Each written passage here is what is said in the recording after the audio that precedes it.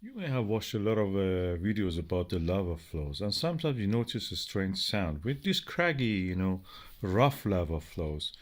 We call them is the sound of the pain, practically, when you walk on something sharp.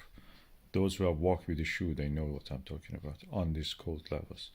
Let's just listen to this one, which is from the Shivelach volcano in the Kamchatka, Russian Far East. Listen, please.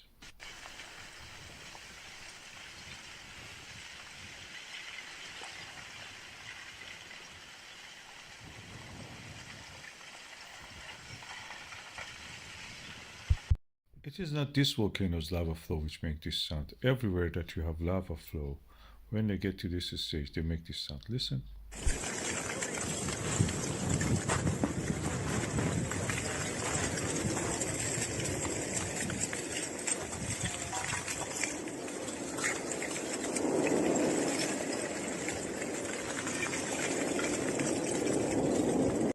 If you have taken your glass bottles to the recycling point, you may remember this is a sound very similar to what you heard.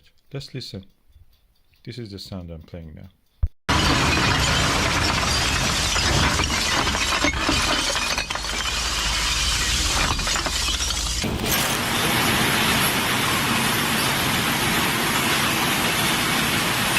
Yes, they are dealing with the same material, glass.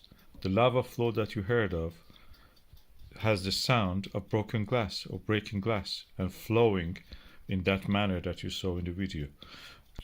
Lava, no matter how it is formed, where it is formed, either on the earth or even not on the earth, in another planet like moon, for example. We have Apollo 15 now here looking at the Hadley Reel, which is a lava tube full of lava, a collapsed roof.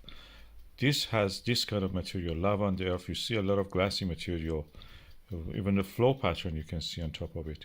This is practically glass. Lava is mainly consisted of glass.